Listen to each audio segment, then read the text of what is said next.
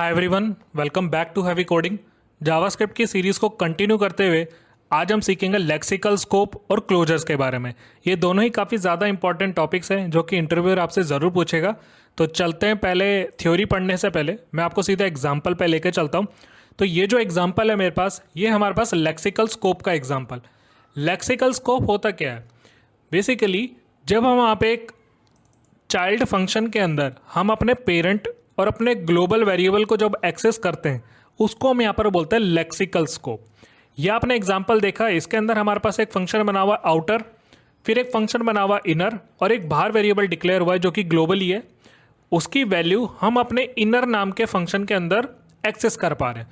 अब चलते हैं यहाँ पर, जो लेक्सिकल स्कोप होता है जावास्क्रिप्ट के अंदर, वो बेसिकली क्या चेक करता है? वेरिएबल की एक्सेसिबिलिटी को चेक करता है और वो ये डिटरमाइन करता है कि ये जो कोड आपने लिखा है, जो आपने वेरिएबल जहाँ पर आपने लिखा है कोड में, ये उसके हिसाब से यहाँ पर एक्सेसिबिलिटी देता है, ना कि जब हम उसको कॉल करेंगे। तो मान लो जब हम एक फंक्शन को कॉल कराते थे, उसको हम ऊपर कॉल करा दिया और नीचे हमने ऊपर इसको डिक्लेयर कर दिया और हमने नीचे कॉल करा दिया, तो उससे यहाँ पर कोई चेंजेस नहीं होते हैं। बट यहाँ पर जो लेक्सिकल स्कोप है, वहाँ पर काफ़ी ज़्यादा यहाँ पर इस चीज़ को डिटरमाइन किया जाता है कि जो कोड है आपने किस लाइन पे लिखा हुआ है और कोड में आपने वेरिएबल को किस जगह यहाँ पर लिखा है, ना कि किस जगह कॉल करा है। तो ये चीज़ कैसे यहाँ पर डिफाइन होती है? इसके अंदर एक स्कोप चेन होती है। जब जावास्क्रिप्ट अपने वेरिएबल को ढूंढता है तो वो क्या चेक करता है कि जो वेरिएबल है उसका करंट स्कोप क्या है। मैंने यहाँ पर एक इनर फंक्शन चलाया, इसका जो करंट स्कोप है इस वेरिएबल का, ये है सबसे कम, मतलब सबसे इनर, ये चाइल्ड है इसका, तो ये हो गया इसका करंट स्कोप। इसको मैं यहाँ पर लिख दूंगा, ये हो गया इसका करंट स्कोप। अब इसका जो सेकंड चेन है वो क्या जाएगा? जब करंट स्कोप इसको पता चल गया तो वो ढूंढता है अपने पेरेंट को, मतलब आउटर स्कोप को। अब इसका पेरेंट क्या हुआ? ये हुआ इसका पेरेंट, क्योंकि मैंने इस फंक्शन को इस फंक्शन के अंदर बनाया हुआ है, तो ये हो गया इसका पेरेंट जो कि आउटर नाम से। तो आउटर नाम भी इसको पता चल चुका है कि आउटर नाम के अंदर जो भी वेरिएबल है वो भी एक्सेस कर सकता है। अब इसका जो थर्ड चेनिंग है वो आती है हमारे पास ग्लोबल स्कोप। अभी ग्लोबल स्कोप कैसे चेक करेगा? जो आउटर है ना, जिसका पेरेंट है, पेरेंट के भी जब बाहर निकल जाएगा तो ग्लोबल लेवल पे आ गया, मतलब पूरे प्रोग्राम में एक्सेस हो सकता है वेरिएबल। तो ये हो गया इसका ग्लोबल स्कोप। तो हमने दो स्कोप ऑलरेडी पढ़े हुए प्रीवियस ट्यूटोरियल्स में। तो यहाँ पर जो है इसका ये इनर स्कोप जो कि करंट स्कोप है, ये इसका पेरेंट स्कोप है और ये इसका ग्लोबल स्कोप है। तो लेक्सिकल स्कोप क्या करता है? जो भी आपका सबसे छोटा फंक्शन होगा, करंट स्कोप होगा, वो इसके वेरिएबल को एक्सेस कर सकता है और इसके भी वेरिएबल को एक्सेस कर सकता है। तो ये कैसे चलता है? उल्टा चलता है, child to parent to global चलता है। तो इस चीज़ को हम यहाँ पर बोलते हैं लेक्सिकल स्कोप। अब देखो, ये वही की पॉइंट्स है कि लेक्सिकल स्कोप डिटरमाइन करता है जब हम उसको लिखते हैं, वो लिखने के टाइम पर डिटरमाइन कर रहा है। जब हम इसको चला रहे हैं तो यहाँ पर ये जहाँ पर मैंने इस वेरिएबल को लिखा है, ये उसको चेक करता है कि भाई ये इसका करंट स्कोप है, ये इसका आउटर स्कोप है और ये ग्लोबल स्कोप है। जब हम इसको कॉल करा रहे हैं तो कॉल कराने के अंदर तो मैंने कहीं भी कॉल करा दिया, इसको मैंने आउटर के अंदर इनर को कॉल करा दिया, तो वो क्या चेक कर रहा है? वो कॉलिंग चेक नहीं कर रहा, बस वो स्कोप चेक कर रहा है कि किसके अंदर कौन सा है। इस चीज़ को हम यहाँ पर बोलते हैं लेक्सिकल स्कोप। अब जो इनर फंक्शन है वो एक्सेस कर सकता है वेरिएबल बाहर के फंक्शन से। जैसा मैंने आपको बताया कि इनर फंक्शन बाहर के फंक्शन को एक्सेस कर सकता है वेरिएबल्स को, और जो बाहर का फंक्शन है वो ग्लोबल को यहाँ पर एक्सेस कर सकता है। बट जो आउटर फंक्शन है वो एक्सेस नहीं कर सकता वेरिएबल जो कि इनर फंक्शन के अंदर आएगा। मतलब ये जो ग्लोबल वेरिएबल है ये एक्सेस नहीं कर सकता इनर नाम के वेरिएबल के, यहाँ पर जो एक्सेस है उसको यहाँ पर डिफाइन नहीं कर सकता। तो चलते हैं यहाँ पर, इस एग्जाम्पल को मैं यहाँ से रिमूव कर देता हूँ और हम खुद से यहाँ पर चेक करते हैं इस एग्जाम्पल को। तो अगर मैं यहाँ पर एक वेरिएबल ले लेता हूँ, ग्लोबल वेरिएबल, और इस ग्लोबल वेरिएबल के अंदर मैं यहाँ पर लिख देता हूँ आई एम ग्लोबल। मैंने यहाँ पर लिख दिया कि ये ग्लोबल हो।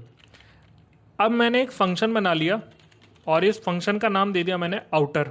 ये आ गया हमारे पास आउटर स्कोप जो कि पेरेंट स्कोप है, और इसके अंदर अब एक वेरिएबल डाल देता हूँ मैं, और इसी वेरिएबल को सेम कॉपी करके यहाँ पर पेस्ट कर देता हूँ। सिर्फ यहाँ पर ग्लोबल की जगह लिख दूंगा आउटर वेरिएबल। मैंने लिखा यहाँ पर आउटर वेरिएबल। अब देखो, मैं यहाँ पर इस आउटर नाम के फंक्शन को चलाता हूँ। आउटर नाम के फंक्शन को हम रन करके देखते हैं, और इसके अंदर मैं डाल दूंगा कंसोल डॉट लॉग और यहाँ पर लिखूंगा आउटर वेरिएबल। ब्राउज़र पे चलता हूँ, रिफ्रेश करता हूँ तो ये लिखा आ रहा है आई एम ग्लोबल। यहाँ पर लिखा आ रहा है आई एम ग्लोबल, बट मैंने यहाँ पर इसको चेंज करना है आई एम आउटर। सेव करता हूँ, रिफ्रेश करता हूँ तो यहाँ पर लिखा आ रहा है आई एम आउटर। ठीक है, अब मान लो मुझे ग्लोबल वेरिएबल की जो वेरिएबल है इसको भी मुझे एक्सेस करना है आउटर के अंदर, तो क्या वो हम कर सकते हैं? बिल्कुल कर सकते हैं। इसी चीज़ को हम बोलते हैं लेक्सिकल स्कोप, कि जो हमारा चाइल्ड है वो अपने पेरेंट को यहाँ पर एक्सेस कर सकता है। चलता हूँ, रिफ्रेश करता हूँ, तो देखो I am outer, I am global. इसने क्या करा, इस आउटर वाले फंक्शन ने बाहर वाले को भी एक्सेस कर लिया, जो कि मैंने आपको बताया था कि इनर फंक्शन बाहर वाले को एक्सेस कर सकता है, बट बाहर वाला उसके इनर वेरिएबल्स को एक्सेस नहीं कर सकता है। अब इनर वेरिएबल को एक्सेस करने के लिए अगर मैं यहाँ पर इसको बाहर लिख देता हूँ कि आउटर वेरिएबल का यहाँ पर मैं ग्लोबली चलाना चाहता हूँ और चलता हूँ, रिफ्रेश करता हूँ, तो बता रहा है कि outer variable is not defined, जो कि एक एरर यहाँ पर जनरेट कर रहा है कि आप बाहर वाले को एक्सेस नहीं कर सकते क्योंकि आपने उसको डिफाइन ही नहीं करा, इसके लिए अनजान है। तो इसलिए हम यहाँ पर लेक्सिकल स्कोप का यूज़ करते हैं, जिसके अंदर हम चाइल्ड के अंदर पेरेंट का भी यहाँ पर यूज़ करते हैं, मतलब जो इनर फंक्शन होता है वो आउटर फंक्शन को यूज़ कर सकता है। अब इसी के अंदर एक और फंक्शन हम बनाते हैं इनर नाम से, और इस इनर नाम के फंक्शन के अंदर मैं एक और वेरिएबल को डिफाइन कर लूँगा और सीधा सीधा इसका नाम बदल दूंगा आउटर की जगह इनर वेरिएबल, और मैं डाल देता हूँ यहाँ पर इनर वेरिएबल। अब चलाता हूँ इस पर कंसोल, और इस कंसोल के अंदर मैं यहाँ पर डाल देता हूँ इनर वेरिएबल। मैंने यहाँ पर चलाया इनर वेरिएबल। अब ये जो इनर वेरिएबल ये तो इसी का पार्ट है, तो ये तो इसको एक्सेस कर ही सकता है। अब मान लो मुझे आउटर को एक्सेस करना है तो बिल्कुल कर सकता हूँ, क्योंकि मैंने आपको बताया चाइल्ड से वो अब क्या करेगा, ये इसका करंट स्कोप होगा। अब ये चेनिंग काम करेगी, करंट स्कोप, ये अपने करंट स्कोप को पहचानेगा। अब ये चेक करेगा कि उसका पेरेंट स्कोप है, तो पेरेंट स्कोप मतलब आउटर स्कोप को जहाँ पर ये जाएगा जो मैंने फंक्शन बनाया। अब आउटर स्कोप के बाद भी वो अपने ग्लोबल स्कोप तक के वेरिएबल को भी एक्सेस कर सकता है, मतलब इसके बाहर के जितने भी हैं यहाँ पर इसका पेरेंट और ग्लोबल, वो इनको एक्सेस कर सकता है। तो हम यहाँ पर तीनों वेरिएबल को एक्सेस कर सकते हैं, बट ग्लोबल में यहाँ पर मैं ना तो आउटर को कर सकता हूँ ना उसके इनर को कर सकता हूँ, बट इनर कर सकता है आउटर के भी और ग्लोबल के भी। तो इसी चीज़ को हम यहाँ पर बोलते हैं लेक्सिकल स्कोपिंग। तो अब चलते हैं, यहाँ पर मैंने करा इनर, आउटर और ग्लोबल, ये हम एक्सेस कर सकते हैं। अब ये जो लाइन थी इसका मतलब मैं आपको बताता हूँ, lexical scope is determined at write time not the run time, जो मैंने ऊपर लिखा था। अब ये क्या डिफाइन कर रहा है, आप इस फंक्शन को चाहे इसके अंदर डिफाइन करके रन करा दो चाहे इसको बाहर रन करा दो, वो तब चेक करेगा कि कहाँ पर उस वेरिएबल का स्कोप है। वो ये चेक नहीं करेगा कि आप कहाँ कॉल करा रहे हो उसको। अगर मैं इसको कॉल कराना चाहूँ तो मैं इस इनर को यहीं पर ही कॉल करा देता हूँ। कब, जब मैं आउटर को कॉल कराऊंगा तो इनर तो ऑटोमेटिकली इसके अंदर कॉल हो ही रहा है, तो इसने कॉलिंग को नहीं देखा कि आप कहाँ कॉलिंग करा रहे हो, ये सिर्फ चेक कर रहा है कि उसका स्कोप क्या था वेरिएबल का। इस लाइन का मतलब ये था। तो अब मैंने यहाँ पर ये आउटर फंक्शन है, इसको चलाया और चलता हूँ ब्राउजर पे, रिफ्रेश करता हूँ, तो यहाँ पर I am inner, I am outer and I am global. तो इसने क्या करा, लेक्सिकल स्कोप की इतनी पावर है कि इसने इनर फंक्शन के अंदर बाहर वाले सभी को एक्सेस इसने कर लिया। बट अगर आप इसको बाहर एक्सेस करना चाहते हो तो सिर्फ ग्लोबल वेरिएबल ही एक्सेस होगा, क्योंकि वो बाहर का ही था वेरिएबल, तो ग्लोबल वेरिएबल एक्सेस होगा। बट अगर एरर ही आ गया तो वो एरर को पहले दिखाएगा, इसलिए हम, अगर आप देखना चाहते हो उसको आउटपुट, तो ग्लोबल को ऊपर कर देता हूँ, तो ग्लोबल यहाँ पर एक्सेस कर सकता है। तो इस तरीके से हम यहाँ पर लेक्सिकल स्कोप का यूज़ करते हैं। तो आई होप आपको समझ आया होगा कि ये लेक्सिकल स्कोप होता क्या है। अब चलते हैं हमारे पास क्लोजर्स की तरफ। क्लोजर बेसिकली क्या होते हैं, वो लेक्सिकल स्कोप की पावर का ही यूज़ करके अपनी वैल्यूज़ को स्टोर कराते हैं। तो इसके लिए मैं यहाँ पर एग्जांपल ही लेता हूँ, सीधा इसको करा देता हूँ कमेंट, और अब हम चलते हैं यहाँ पर क्लोजर्स की तरफ। तो जो क्लोजर होता है जावास्क्रिप्ट के अंदर, ये भी मोस्ट इंपॉर्टेंट होता है। तो इसके लिए भी मैं एक फंक्शन बना लूँगा और इस फंक्शन का मैं यहाँ पर नाम दे दूँगा आउटर, और इस आउटर नाम के फंक्शन के अंदर एक वेरिएबल डिफाइन कर दूँगा नेम नाम से, और इस नेम के अंदर हमारे चैनल का यहाँ पर नेम हम असाइन कर देंगे। अब इसके अंदर एक फंक्शन बना लेता हूँ इनर नाम से, और इस इनर नाम के फंक्शन के अंदर मैं इस नेम नाम की वेरिएबल को एक्सेस करूँगा। तो कंसोल को यहाँ से मैं कॉपी कर लेता हूँ और डायरेक्टली यहाँ पर नेम को प्रिंट करा लेता हूँ। मैंने यहाँ पर लिया। अब मैं यहाँ पर क्या करूँगा, इस आउटर नाम के फंक्शन को कॉल कराऊँगा। कॉल कराने से पहले मैं इस फंक्शन को यहाँ से रिटर्न कर सकता हूँ। मैं यहाँ से रिटर्न भी कर सकता हूँ, मैं कॉल ना कराऊँ तो मैं इसको रिटर्न भी कर सकता हूँ यहाँ पर। अगर मैं यहाँ पर करता हूँ रिटर्न इनर नाम का फंक्शन, जब हम आउटर को कॉल करें तो इनर नाम का फंक्शन रिटर्न कर जाए, मतलब वापस चले जाए। तो वापस जब भी कोई फंक्शन जाता है तो वो कहाँ पर जाता है, रिटर्न होता है, तो जहाँ हम फंक्शन को कॉल कराते हैं। तो अब इसके अंदर क्या हो रहा है, जो इनर नाम का फंक्शन है उसने नेम नाम की वेरिएबल को सिर्फ कंसोल कराया और हमने इसको वापस यहाँ पर रिटर्न करा दिया। तो रिटर्न कराया तो मैं यहाँ पर आउटर नाम के फंक्शन को कॉल कराता हूँ। मैंने यहाँ पर आउटर नाम का फंक्शन कॉल कराया और ब्राउज़र पे चलता हूँ तो यहाँ पर देखो कोई आउटपुट है नहीं अभी, यहाँ पर अभी इसके लिए कोई आउटपुट है नहीं। अब इसको मैं क्या करता हूँ, एक वेरिएबल के अंदर डाल लेता हूँ, लेट fn मतलब फंक्शन, और इस फंक्शन को मैं यहाँ से अब कॉल करा लेता हूँ, आउटर नाम के फंक्शन को कॉल करा लेता हूँ।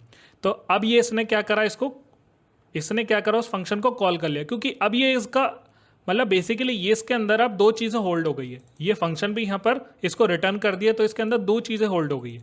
तो इसको अगर मैं वेरिएबल के अंदर डाल देता हूँ, मैंने आपको बताया था कि अगर आप इसको डायरेक्ट कॉल करोगे तो अब ये इस बार नहीं चलेगा। क्यों? क्योंकि मैंने यहाँ से इसको रिटर्न कर दिया। तो जब भी कोई चीज़ रिटर्न होती है तो वो कहाँ पर जाती है, जहाँ फंक्शन कॉल होता है। और अब उसको अगर आपको आउटपुट चेक करना है तो या तो आप एक वेरिएबल में डाल दो या इस फंक्शन को दोबारा कॉल कर दो। तो मैंने एक वेरिएबल में डाल के कोई भी वेरिएबल का नाम देके उस फंक्शन को दोबारा से चला लिया। तो जब मैंने दोबारा से इसको चलाया तब मेरे पास आउटपुट आ गया जो हमने हमारे चैनल का नाम दिया था। तो ये चीज़ होती है हमारे पास क्लोजर। अब आप बोलोगे कि क्लोजर का यहाँ पर मतलब क्या हुआ? जब भी जावास्क्रिप्ट का जो फंक्शन है, जो उसकी फंक्शनैलिटी है, अगर उसने एक फंक्शन आपने दिया, उसने कॉल करा दिया, कॉल कराने के बाद उसको कोई लेना देना नहीं है कि उस वेरिएबल की यहाँ पर क्या वैल्यू थी, उसके अंदर कौन सा फंक्शन था। वो सारी चीज़ों को डिस्ट्रॉय कर देता अपने वेरिएबल्स को, कि उसके अंदर कोई भी वैल्यू थी, कुछ भी था, वो उसने उसको डिस्ट्रॉय कर दिया। अब आपने क्या सीख लिया? Lexical scope. लेक्सिकल स्कोप क्या करता है? इनर वाला आउटर वाले को एक्सेस कर सकता है। तो मैंने यहाँ पर क्या करा, जब इस इनर वाले के अंदर मैंने इसको कंसोल कराया तो इस वाले नेम को इसकी ज़रूरत तो ज़रूर पड़ेगी, इस इनर को इसकी ज़रूरत पड़ी है तो इसने इसको प्रिंट करा दिया। बट अगर जावास्क्रिप्ट भूल जाता है इस चीज़ को तो इसको भी तो ज़रूरत पड़ेगी ना कि भाई ये नेम कहाँ चला गया। तो देखो ये जहाँ नेम स्टोर हुआ होगा उस चीज़ को हम बोलते हैं क्लोजर। तो हम यहाँ पर चलते हैं और इस फंक्शन को जो हमने यहाँ पर कॉल करा था, तो जब हम यहाँ पर चलते हैं तो ये फंक्शन को मैं यहाँ पर कॉल करा के देखता हूँ एक बार। तो मैंने यहाँ पर लिया फंक्शन और इसको मैंने कॉल कराया। तो जब मैंने इस फंक्शन को कॉल कराया यहाँ पर तो यहाँ पर भी ये कॉल हो गया। तो इस चीज़ को हम यहाँ पर बोलते हैं क्लोजर। तो जहाँ पर ये फंक्शन स्टोर होता है इसके अंदर, विंडो के अंदर क्लोजर, तो उस चीज़ को हम यहाँ पर बोलते हैं क्लोजर। ये क्या करता है? बेसिकली सेव कर लेता है इस वैल्यू को।